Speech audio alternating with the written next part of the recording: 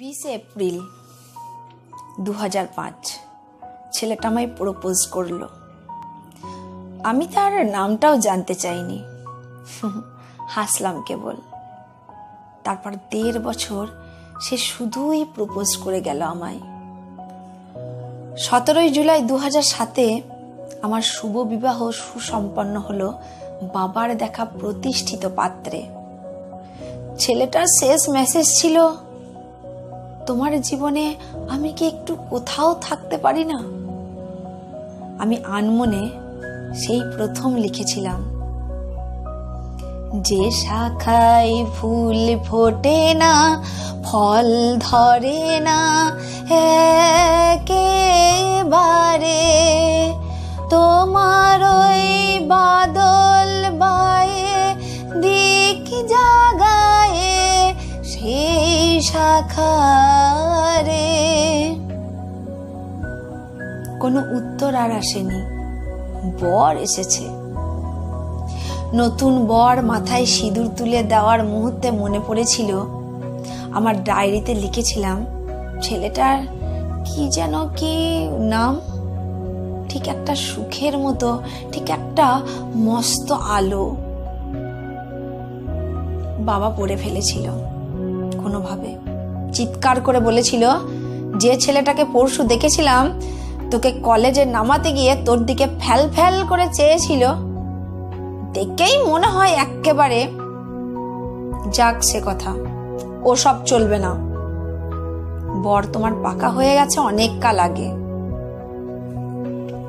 5 April 2010 আমি তখন সুগৃহিণী, সংসার সামলাতে নাজেহাল। হঠাৎ খবর পেলাম আমার অত্যন্ত ভালো মানুষ বরের মারাত্মক অ্যাক্সিডেন্ট হয়েছে রাস্তায়। 7 এপ্রিল আমার বরের চোখ অপারেশন হলো। সার্জারি রুমে ওকে ঘিরে রয়েছে ডাক্তার। মাঝখানে চক্ষুদাতার 2টো চোখ বসানো হবে আমার বরের চোখে। একটু আগেই যে চোখ 2টো নিয়ে এসেছিল সেই ছেলেটার মা। আমি সেই মায়ের বুকে নদীর মতো আছাড় খেয়ে পড়লাম প্রথমবার। সবটা সামলে মা বললেন, বছর 2 আগেই ক্যান্সার ধরা পড়েছিল। ওর বাবা নেই, চাকরি নেই, টাকা নেই, তাই ও নেই। তোমার সব খবর ও সব সময় রাখতো, তাই জানতে পেরে সুযোগ হাতছাড়া করেনি। আমার ছেলেটা একেবারে পাগল রে মা। ছেলেটার মায়ের আঁচল এইবার খসে পড়লো মাটিতে। আমি মুখে চাপা দিয়ে দৌড়ে এলাম আড়ালে। 20 এপ্রিল 2010 হাসপাতাল থেকে ফেরা আমার বরের বুকের উপর মাথা দিয়ে শুয়ে আছি। ঘরের সবকটা আলো নিভিয়ে রেখেছি আমি আগেই। দেখতে পারবো না তো আমি।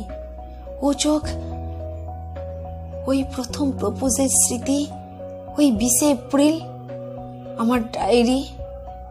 আমি চোখ বুঝে আরো অন্ধকারকে নিবিড় করে তুললাম। বোঝা চোখের উষ্ণ অনুশোচনায় কিংবা ভালোবাসায় তার নগ্ন বুক সিক্ত ততক্ষণে।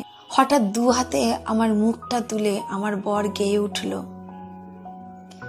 শ্রাবণের ধারার মতো পড়ুক ঝরে, পড়ুক ঝরে, তোমারি সুরটি আমার বুকের পরে, মুখের পরে।